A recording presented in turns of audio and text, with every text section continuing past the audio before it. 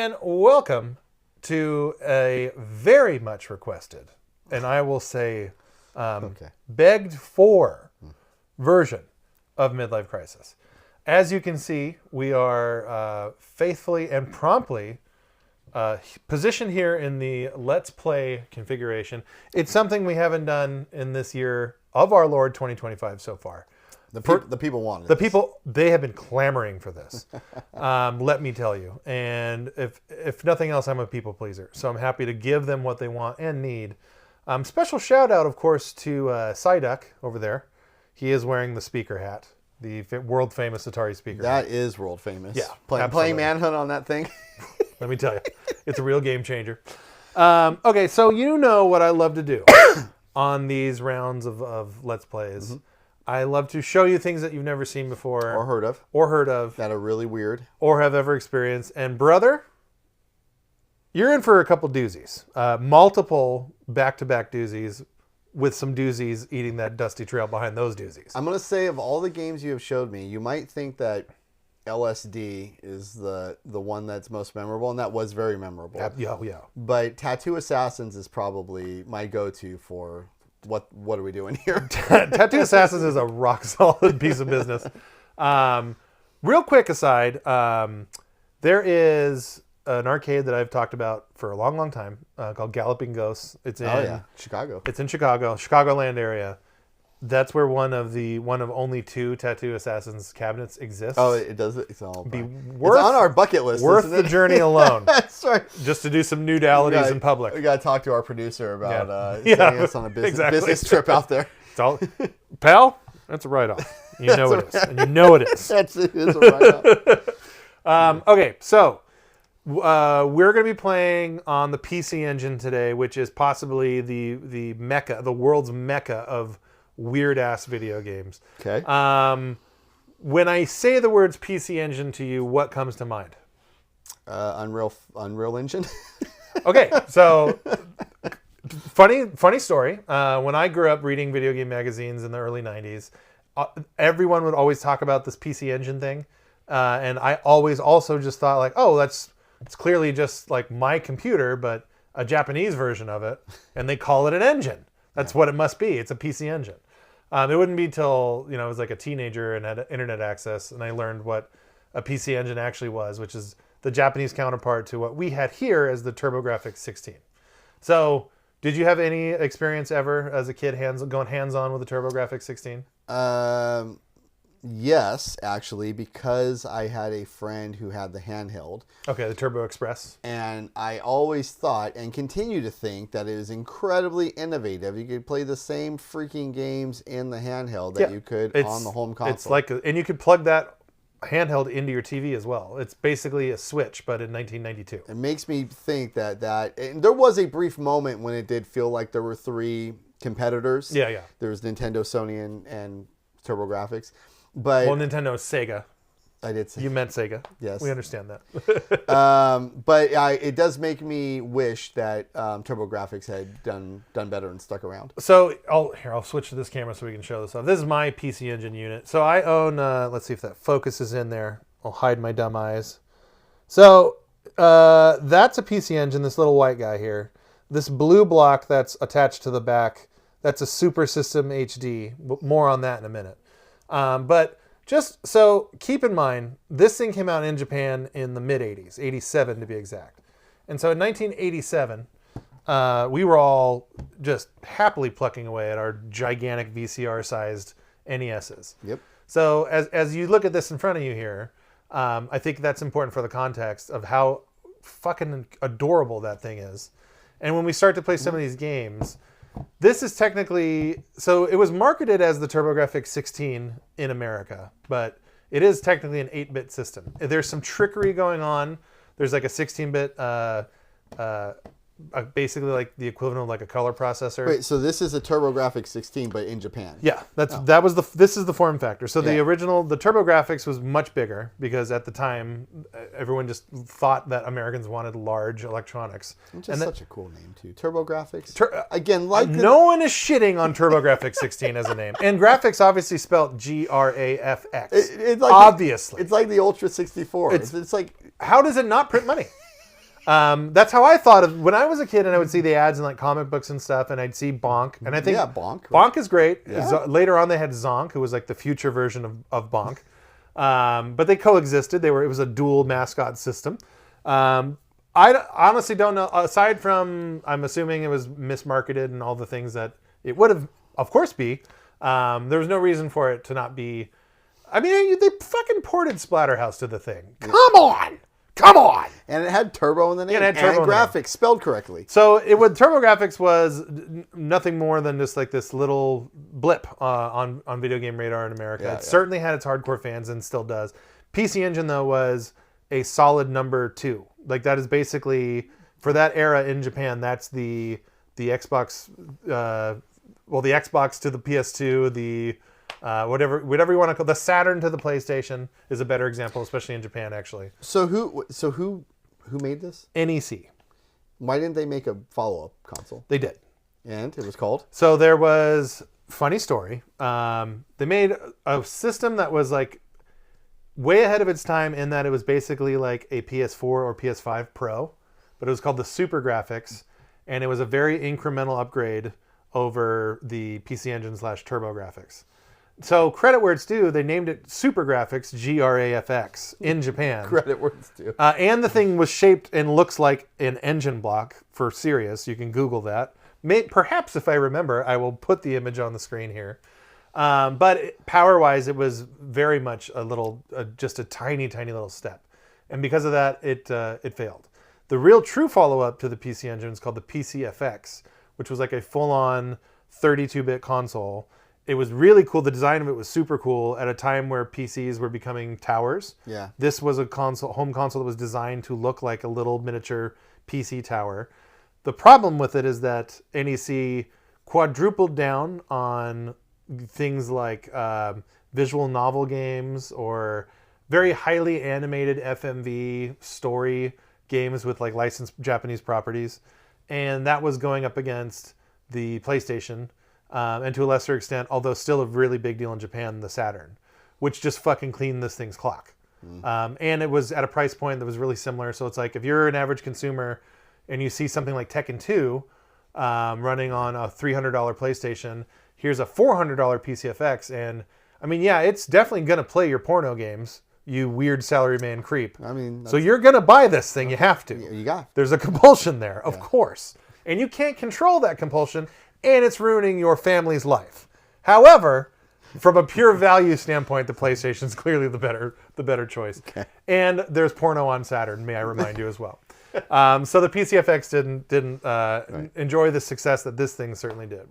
So that's all the preamble there. We're going to get into some gameplay. Again, this blue box that I have on there on the back, which I showed in the other shot. So what that's going to do is, this is the first home console that ever had CD support, period. And that came out in 1988 in Japan. So that was it. Like in America, obviously we had PC CD-ROM, but then we had Sega CD first. Oh, we all remember that. This predates the Sega CD by 3 years. That blue box emulates, it is an optical drive emulator. So it's going to feed gameplay data as if it was a CD-ROM, but it's not. It's aftermarket technology that costs a lot of money. But it also emulates the Super Graphics, so it turns a PC Engine into a Super Graphics, so you can see those games, of which there are only 6. And then there's all of the PC Engine Hue card library and TurboGrafx Turbo Chip library. That's the thing too, these games were fucking awesome. They were credit card size. Yeah, that looked cool. Yeah, really, really cool. Yeah.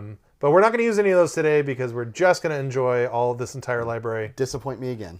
Well, I can turn that ship right around when I show you the first game that we're going to do. So, I'm going to do this, and we're going to go to a menu, and we are going to appear, you and I, friend, right here in the bottom left-hand corner of the screen. Whoa. Real quick, actually, before we jump into this, I did jump the gun a little bit. I wanted to show 1 or 2 more props. So, there's only 1 controller port on that thing. Yeah. So in order to play any multiplayer games at all, multi-tap. you had to buy a multi-tap. This is one of many, many designs. There's a multi-tap that just looks like Bomberman's head. It's great. This is one of the earlier ones. Oh, man. So that's a 4-player dongle there. I do love multi-taps. I was an early adopter of the Super Nintendo multi-tap. Of course. Played a lot of NHL 94, five players. Yeah. Also, correct me if I'm wrong, but you could do some Aerobiz action on that multi-tap. Maybe. Well, I'm pretty sure you can play Aerobiz on that Well, we'll find out here. Live on the program. Okay. Maybe not today, but we'll find out. 6-hour Aerobiz game. Oh, the views will come rolling in, I assure you. And I'm now buying 8 767s. Bear Air has gotten off the ground again. Okay, so we'll do this, make it big for us here. So on this list, the Super HD System 3 Pro, I have all the CD-ROMs I would play. This is interesting. So through FPGA simulation, and not emulation, but simulation, we can turn this PC Engine into an NES and play NES games. Do they actually look like NES games? They look and sound exactly like NES games because the processor, which is a 6502 in this, is the same processor in the NES. So through the magic of FPGA, someone coded a core that allows you to play NES ROMs on this thing, which is just a vulgar display of power. It's fucking awesome that you can do that. Then I have PC Engine stuff, Super Graphics, and Turbo Graphics. So let's get started. I'm going to go way off the deep end and show you some weird stuff. You were actually wrong folder there. Let's go to CD-ROMs. You brought a box off my shelf as a Switch game. It had the Choaniki games. Oh, yes. This is, of the two on PC Engine, this is my favorite. But this is, I believe, it translates to I Choaniki or Super Big Brother. Play a little bit of this music. Okay. So this is the PC Engine is famous for this. Pierced nipples on men with collars and no shirts. No, they were famous for cutscenes. That was like the CD-ROM difference. This is how aside from music, they added tons of this kind of crap into their games. Again, at a time when you're playing NES with none of this stuff. They're telling important artistic stories like this one. So I'll skip ahead a little bit if you don't mind, and I know you don't. Okay. So this is like a hybrid, it's like a fighting game shooter. I'm playing as a super buff, this jacked up buff dude. And you do fighting game moves to shoot, like Hadoukens and like back forward. Yeah. There's even like a half circle attack. It's a fighting game, Gradius. Yeah, basically. It's like a amalgamation of fighting games and Gradius. There's all these hourglasses at the top of the screen that's actually like your lives and your life. This game isn't really, really hard to beat without cheating. I've never beaten it without cheating. But I also have no problem cheating to explore all of the magic that's in this game, which as you're witnessing, there's a shit ton of magic. The main character is this like bodybuilder guy, and he has a brother named Samson, and they're both from Muscle Planet. And the whole idea, so this, in the early days of YouTube is when people started to really discover these Choaniki games. And they were kind of known as quote, the gay games. And it's like, okay, I get why. I get it. I get why you would say that. As Adam comes down. Yes. But the whole idea of like it's going to be really tough to explain to to the uninformed, but I will painfully try. It's more about like the celebration of campy masculinity. And in Japan, there's like a history of stand-up comedy that kind of uses this motif, where you would have like a big dumb like juice head Okay. being like just tan and smiley on stage telling jokes for the sake of doing it, for no other reason. Like there's no hidden meaning. If you read like the story in the cutscene of these games, it's really just all about like how these dudes love fitness, they love bulking up, and like they just want to spread their message throughout the galaxy. Now, is there things like man seed and man beam? Yes. Are there double meanings to those? Of course there are. Can you show me your man seed, Brian? I can show you the man beam. Actually, this is the little shot is the man seed. which just kind of emits from him. And yeah, yes, the color is milky white. Let's not focus on that. So you see how the top of his head is glowing? Oh, I don't. Those are like little butt creatures, by the way. When his head glows, pulses and glows, then you can unleash your man beam across the larger population. Okay, all right, on brand. So this is the second Chonigi game that came out on PC Engine. Again, this is a CD-ROM game, a super CD-ROM game to be specific. They actually had on PC Engine. There's like multiple CD-ROM formats, and you needed to purchase basically expandable RAM cards to be able to keep up with that. And then eventually they released a system called Duos that bundled all of that crap together as like an all-in-one console. And now today, the American Turbo Duo, which did officially come out, that's one of the more expensive consoles that you can buy. Love that image right there. Yeah. So that's just two buff friends who are grieving together. Yeah. And showing you that it's fine. You can embrace your fellow super buff, jacked up dude and be able to be close with them. All right. Oh, here, I'm going to hand this to you, actually. Can I pause it? Yeah. So push the run button pretty hard because this controller's old. And then, so the one button shoots, and then do back forward and shoot to do like an attack. Up down does one like that, and then Hadoukens. Hadoukens will do the man beam when you see that your head is glowing.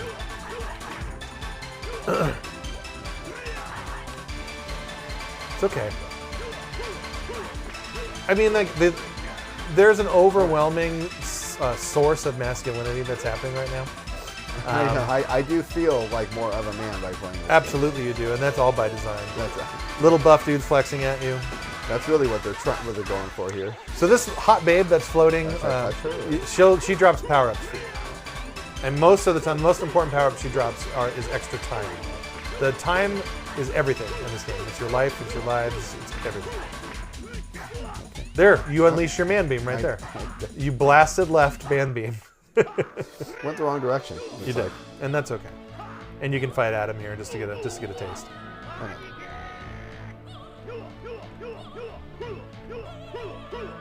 There you go. Ah! Wait, Adam is shooting his man beam at me. Correct.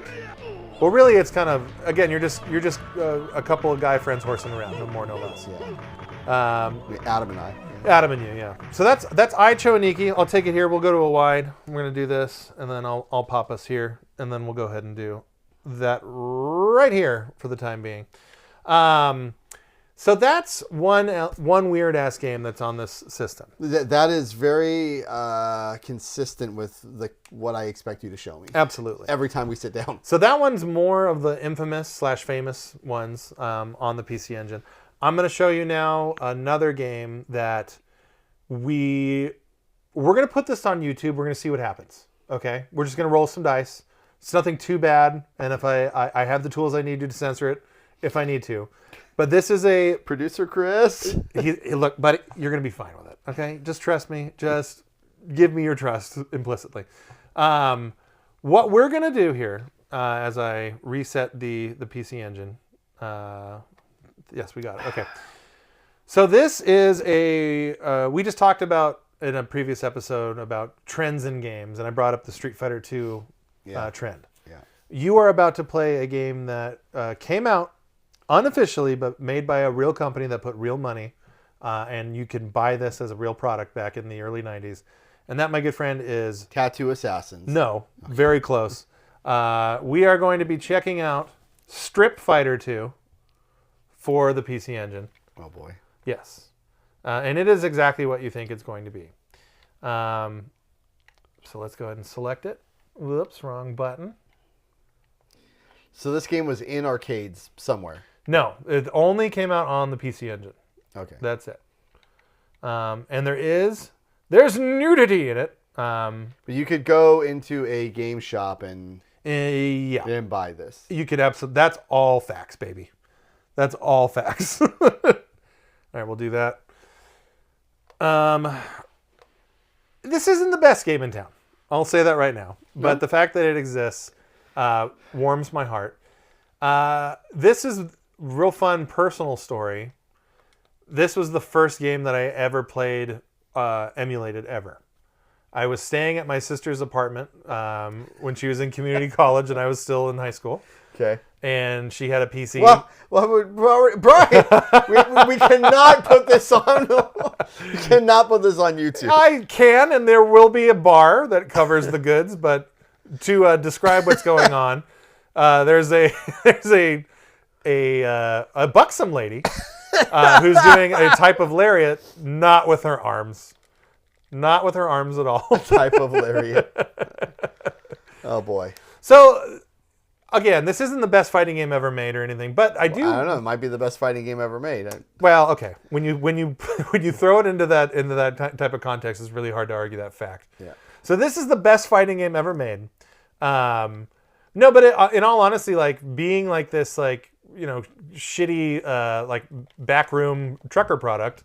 It's actually pretty well made, and especially like the graphics. Like it looks exactly like Street Fighter. Totally, and it came out like the same year. It's very passable. It's not the worst fighting game in terms of how playable it is. Well, it's better than. Oh, I just saw a spinning pile driver. Yeah. I mean, it's objectively better than Tattoo Assassins. Well, there's boobs in this one, and they're subjectively better than Tattoo Assassins as well. It's both. Yeah, it's definitely both. Yeah, this is one of those games that's kind of legendary. I've never seen a real copy in the wild. I just know that it exists. I've seen pictures online. I can only imagine how much it would sell for today. Let's pick Medusa. Medusa. Oh boy. Yeah. She's literally just wearing a snake. Yes, that is her clothes. Is it a live snake? That's her butt. Okay, so I'm going to censor that. I'm going to censor just enough.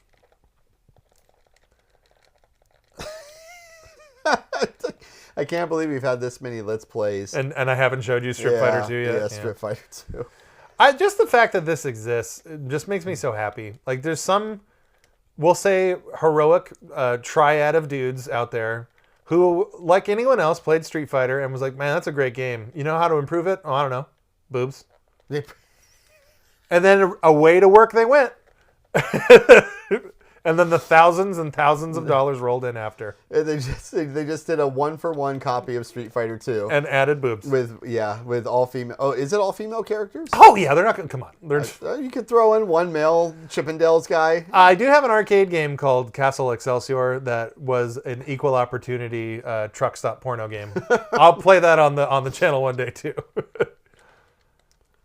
Okay. I'm going to... So my. You are when you fight and succeed in your fights, you are rewarded with pinup art. Translate, Brian. What was that? She said like that. Obviously, that you're more than enough man for her. Obviously, and that you're a really cool guy, and that she would go to the Magic tournament, but she's busy with family plans. All right. How many different characters are there? I think it's just like Street Fighter. I think there's only 8. Let's not question it.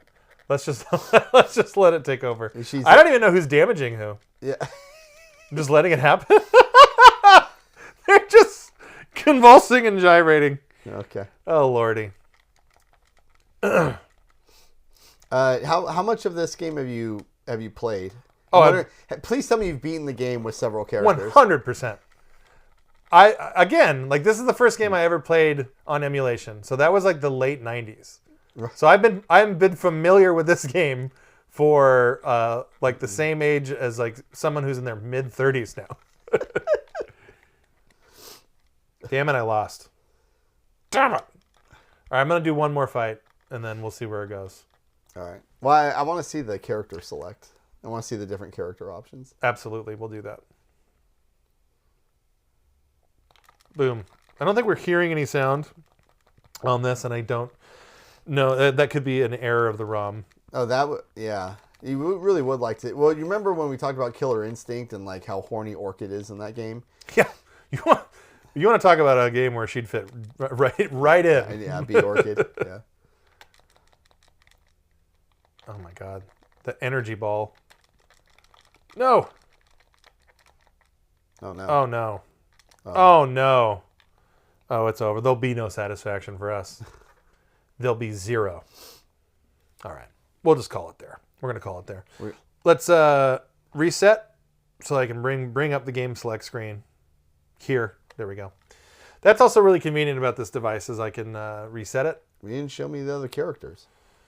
Time is money. We could always go back to Street Fighter 2. I just can't do it now because then it takes another 15 seconds. That's fine. I'm going to show... I'll tell you... How about this? We're going to come back with a part 2 of PC Engine, and maybe we'll play more Street Fighter 2 then and there in silence. We'll just sit next to each other and no talking aloud. No blinking No blinking, no nothing. That sounds horrible, Brian. I'm going to play one more weird game, and then on part 2 of PC Engine, I'm going to take you from playing the weird games to the actual, genuine, impressive good games. Okay. Well, I guess I have the beholder there as well, but still. So this one kind of deserves... I mean, it doesn't need any introduction. We're playing Toilet Kids. The name of this game is Toilet Kids. Okay. I'm thinking Garbage Pail Kids, but... Yes. So here we are. That dude has a poop on his head. I'll just point that out. Here's this little buddy here. Also probably going to have to censor this. Japan has a rich and illustrious history of showing little dinguses. Actually, oh my God! Yeah. So, yep, that happened. And now, look, he got propelled off the toilet, into the toilet now, and now our journey begins. In the toilet. So we are in the toilet. So there are gold poops to collect for points. You collect those, don't you? Absolutely. You'll see a weird... this is from 1942. Yes, exactly. Or Xevious, or any variety of those wonderful games. Just that this one has a lot more poop of different colors. There's brown poop, gold poop. What are those? Were those chocolates flying at you? Yeah, absolutely. Japanese chocolates. No, they are sandals. They're just flying sandals. This game's actually pretty fucking fun, just as a shooter. But then obviously having to dodge fields of shit is an added bonus. Fields of shit. I think we're coming up on a boss pretty soon. Okay, big butt spiders. Yeah. Look at those butts on those spider pigs. Pig face, Yep. yeah. Oh, fuck you. Game over, Stinkies. I want to pass the baton over to you. All right. Only 1 life this game has. It's brutally difficult. How? Okay. Sure, continue. How do they expect you to beat the game with 1 life? Well, they expect you to be really into Toilet Kids and invest a lot of your free time on it. Which, guilty. Guilty as charged. Do I have to? Oh, I see. Dropping bombs. There we go. I turned the sound back on. That was on our end. Yes. Perfect. So these frogs look like they're dipped in poop. And I can't confirm that, but I'd like to think that they're frogs dipped in poop. So obviously in America we had our fair share of gross out games. Do you remember Booger Man at all? Interplay's attempt at making a mascot? No. Booger Man ruled. A pick and flick adventure. Of course it was. But we didn't have anything that was so friendly with poop in America. We've always had a very, I would say, unilateral relationship with poop. Whereas in Japan, it's all fun and games. Although now we enjoy less repression with the poop emoji that has certainly taken over our everyday culture. That's a gift given to us from our friends in Japan. Not just poop emojis, but emojis in general. Oh man, I'm in trouble here. That's okay. This game, it's not designed for you to win. Well, I want to see what's next. Ah, there we go. It's Toilet Kids, of course. Yeah, I mean, what's Okay, that was so. Unfortunately, some very tough poop pig spider butt characters got me. Look. I'm not going to sit here and lie to you and say that Toilet Kids is like, the next R-Type game. That's not true. But it exists, and that's what's really important, is that it's a thing that you can play. Let's play one more game here, and then we'll sign off and then we'll come on back for a part 2 Okay. of. This is gonna be faster. Sometimes that in-game reset, because these controllers are so old, Yeah. they kind of suck. Actually, you know what? I'm gonna do this. I'm gonna set this thing up because there's one more game that I was gonna show you. Let's do this. Oh, this is a better controller? It's a 6-button controller. Yeah. Actually, you know what? We're going to sign off right here. We're going to come right on back, and I'm going to set this up. We're going to be back on part 2, Okay. more PC Engine action, where we're playing the top shelf stuff. All right. I'm ready for And top shelf. look, I'm not going to say that Toilet Kids is bottom shelf. That's not true. No, it's more of an upper decker. It's an upper decker. It's absolutely an upper decker. Perfect. Okay, well, thanks for watching this one. We're going to come on back for part 2. Like, subscribe, Spotify, all the things. Gentleman's handshake. Ah!